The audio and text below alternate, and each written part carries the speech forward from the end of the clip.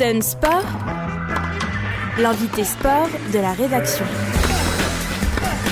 Tous les jeudis matins, 7h40, on parle de sport sur Sun. C'est ce matin en compagnie de Jean-Baptiste Maître et on parle rugby. Bonjour Jean-Baptiste. Bonjour Guillaume. Alors non, je n'utiliserai pas l'accent du sud-ouest si caractéristique au monde de l'Ovalie, car aujourd'hui celui-ci se développe dans toute la France.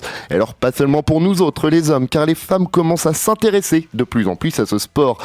Mon invité ce matin, ça fait depuis un petit moment qu'elle le pratique. Elle est aujourd'hui en charge de l'équipe cadette de l'ANRF. Il s'agit de Marion Voineau. Bonjour Marion. Bonjour Jean-Baptiste. Alors pour commencer, on va éliminer les questions d'usage. Et comment vous en êtes venu à pratiquer le rugby ? Par la filière universitaire, j'ai été étudiante en sciences et techniques des activités physiques et sportives, en STAPS. Et j'ai intégré l'équipe universitaire. Et puis au bout de 3 ans, envie d'autre chose, voilà, envie d'évoluer un petit peu. Et par chance, une équipe venait de se monter à Nantes, donc en 2005, l'association nantaise de rugby féminin. Et j'ai intégré le club donc en 2007 avec plusieurs amis de l'université. Et que ce soit par l'université ou par la NRF, ça a tout de suite été du rugby à 15, puisqu'on le rappelle, ça peut aussi se jouer à 7 ou à 13. Ou à 13, ou à 12 oui. sur les petites divisions auparavant. Non, je jouais à 7 en universitaire. Ensuite, quand j'ai intégré la NRF, elle venait de s'engager en championnat à 12, qui était la Fédérale 3. Donc j'ai commencé à 12, puis nous sommes montés en Fédérale 2, où j'ai commencé à jouer à 15.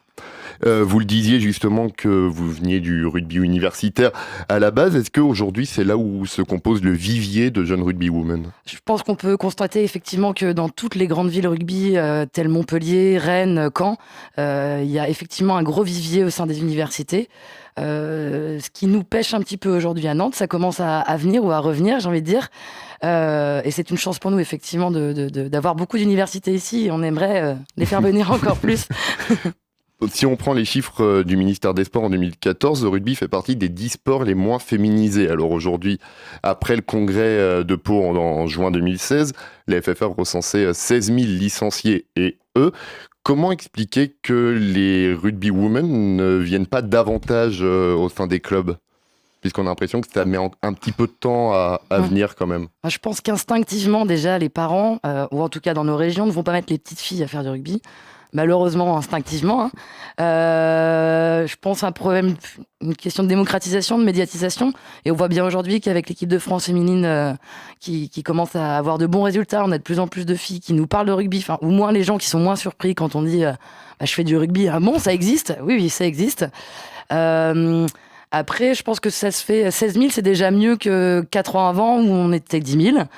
Et puis la FFR a aussi marqué la volonté depuis 2 ans de recruter dans le milieu féminin. Donc je pense que les choses vont se faire petit à petit comme les activités comme le roller derby, etc. Où les filles commencent à se dire bah oui effectivement je suis une fille mais je suis pas obligée de faire de la danse ou bon après libre à chacun de choisir son sport mais justement libre à chacun de faire un sport qui lui correspond et pas forcément des sports à connotation féminine, quoi. Vous parliez de médiatisation, est-ce qu'après les JO de Rio où le rugby à 7 féminin a fait son apparition, ou encore le tournoi Destination où l'épreuve féminine était aussi télédiffusée, est-ce qu'au sein de l'école de rugby, au sein de la section senior de la NRF, vous avez senti un engouement des femmes venir s'inscrire en se disant tiens, j'en ai vu à la télé, j'ai envie de m'y essayer ? Je pense qu'on a un engouement depuis l'année dernière qui est effectivement dans la continuité de la diffusion des matchs. Alors c'est pas la création parce que la Coupe du Monde féminine elle existe quand même depuis 91, donc c'était surtout une question de médiatisation. Je pense que l'idée fait son chemin. Nous on commence à se faire connaître, on a des couleurs assez connues, qui commencent à être connues, un calendrier, etc. pour essayer de faire pas mal de communication. Voilà, après c'est du bouche à oreille, c'est viens, ramène tes copines, essaye, pas de pression et puis voilà, on verra si ça te plaît ou pas, mais il y a pas voilà. Il y a des couleurs que vous disiez connues, on va juste les rappeler quand même, c'est rose et jaune. Oui. Voilà, des couleurs bien flashy. Au niveau de l'école de rugby qui s'appelle donc EVA, c'est une fusion entre le sport Vélosport nantais. Le Vélosport nantais, merci, et la NRF. Aujourd'hui, ça représente combien de licenciés féminines ? Alors, en licenciée féminine, il doit y avoir aujourd'hui 5 petites filles sur 140 licenciés à l'école de rugby. Voilà, c'est toujours... on aimerait bien recruter les petites sœurs quand elles arrivent, sachant qu'il n'y a pas de limitation en termes de nombre de licenciés, nous limitons à un certain nombre par éducateur. Pas de limitation pour les filles, c'est-à-dire que les petites filles qui veulent venir, c'est toujours ouvert toute l'année, quand elles veulent, voilà. Alors on sait que le comité des Pays de la Loire veut créer une section pour les jeunes femmes à 15 qui n'existe pas encore. Est-ce que c'est aussi le souhait de la NRF ? Ah oui, nous, effectivement, dans les objectifs, aujourd'hui, notre équipe cadette évolue à 7. Dans les années à venir, si on peut créer une équipe à 15, oui, c'est sûr. Des équipes comme La Rochelle, qui sont juste à côté de nous, ont une équipe à 15 en cadette, et c'est vrai que c'est ensuite énorme en apport pour l'équipe senior. Et en Loire-Atlantique, le fait d'être la seule équipe féminine vraiment à jouer à 15, vous sentez les effets d'être la seule équipe féminine ? Oui, ça peut se ressentir, surtout aujourd'hui où il y a de plus en plus de cadettes. Je pense que ça peut représenter un intérêt pour les jeunes filles qui sont cadettes, qui cherchent une ville pour faire leurs études, etc. De savoir qu'à Nantes, elles peuvent pratiquer le rugby à 15. Elles vont peut-être moins rester dans leur ville où elles vont pouvoir pratiquer à 7, mais qui sera un niveau qui n'est pas... Alors, c'est pas du loisir, hein, c'est quand même de la compétition, mais c'est plutôt un niveau développement, ce qu'on appelle du rugby développement. Vous parliez énormément de cadettes, vous êtes entraîneur des cadettes. Ça représente quel âge à peu près Alors les cadettes, c'est jusqu'à 16 ans, c'est 16, 17, 18. Donc là, on n'est plus dans l'école de rugby, on est juste après. Et vous avez combien de joueuses ? 14. 14, donc c'est encore trop tendre pour faire une équipe à 15. Tendre, effectivement. Et sur le plan A7, comment ça se passe cette saison ? Avec les cadettes ? Avec les cadettes alors, on a eu une très bonne première partie de saison, puisqu'on se qualifie en poule élite, ce qui n'était pas du tout... on ne pensait pas forcément se qualifier en niveau élite, donc très bonne surprise avec une belle évolution. On a eu beaucoup de débutantes en début de saison, donc, et puis finalement donc on s'est qualifié en poule élite et là on termine 4e de la poule. Donc bonne surprise et surtout une belle évolution des joueuses qui débutaient. Je pense une belle accroche. Et c'est vrai que ce qui est très appréciable, c'est de prendre des jeunes filles qui ne connaissent rien au rugby et de les amener en fin de saison à faire des plaquages, des passes et à lever l'appréhension, quoi. C'est vraiment c'est très, très réjouissant en tant qu'entraîneur. Justement, est-ce qu'on peut dire qu'aujourd'hui, vous disiez 4e au sein de la poule élite, est-ce qu'on peut dire que la NRF aujourd'hui est devenue un bon centre de formation à l'échelle française ? On peut le dire, puisque... Alors, est-ce que ce serait peut-être un peu prétentieux, mais je pense qu'on sort de bons joueurs. On a, par exemple, des joueurs en... moi, j'étais éducatrice à l'EVA auparavant. On a 2 joueurs qui sont partis, qui ont été demandés par le Stade Nantais, dont un qui est sélectionné en équipe régionale. Et puis là, nous avons donc Shona Boutin, donc une cadette, petite, elle est plus petite, qui vient d'avoir 18 ans et qui a été repérée en équipe de France U20. Donc oui, je pense qu'on peut se...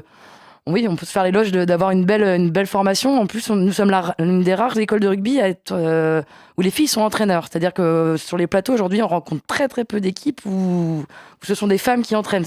Souvent, ce sont des hommes. Bon, après, je dis pas qu'on entraîne mieux ou moins bien, mais je dis c'est juste assez original. Et je pense que le rugby féminin peut trouver son originalité et sa continuité dans ça, en fait. Vous parliez de Shona Boutin, justement, on va en parler un petit peu. Vous le disiez, elle a été appelée pour des stages de préparation avec l'équipe de France des moins de 20 ans, alors qu'elle a tout juste 18 ans. Ça doit être une fierté pour vous. Et comment vous jugez son évolution au sein du club nantais ? Alors, c'est effectivement une grande fierté pour nous. C'est vrai qu'on se remet souvent en question en disant est-ce qu'on va pouvoir, parce c'est une jeune fille qui a beaucoup de capacités, qui a commencé le rugby très tôt.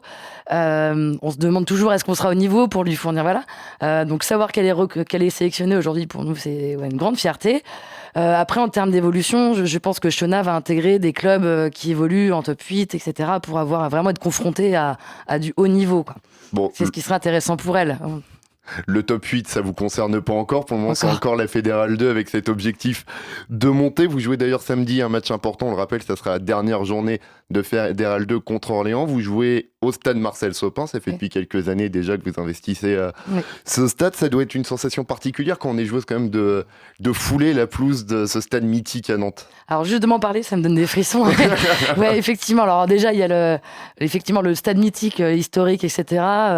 Le bruit des crampons dans le vestiaire, ça c'est un truc qu'on connaît pas souvent. Les crampons, ça nous émeut beaucoup. En général, beaucoup de public, donc effectivement beaucoup d'émotions. Et c'est vrai que pour nous, c'est toujours une belle vitrine déjà pour montrer notre sport.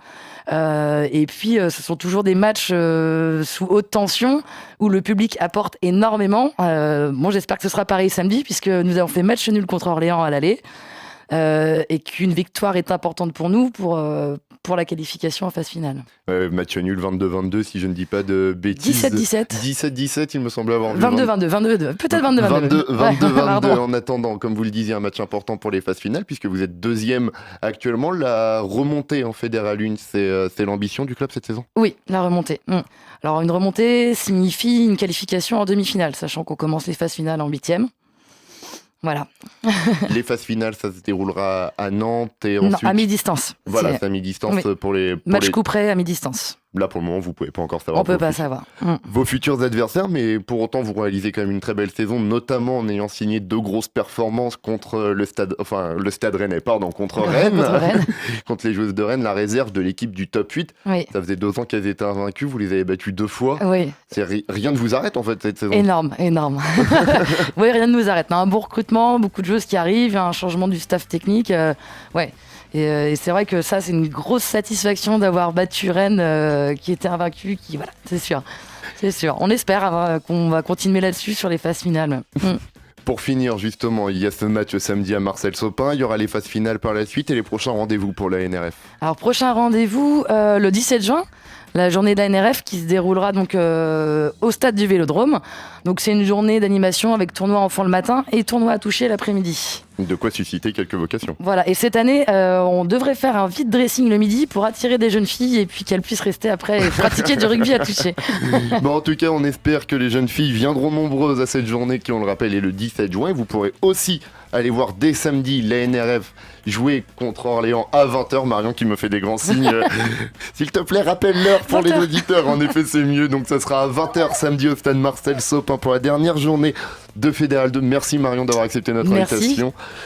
Quant à nous, ce Sun Sport, comme d'habitude, vous pourrez le retrouver en vidéo sur le site de la radio www.lesonunique.com. Bonne journée à tous. Merci beaucoup Jean-Baptiste et à son invité. De retour très vite.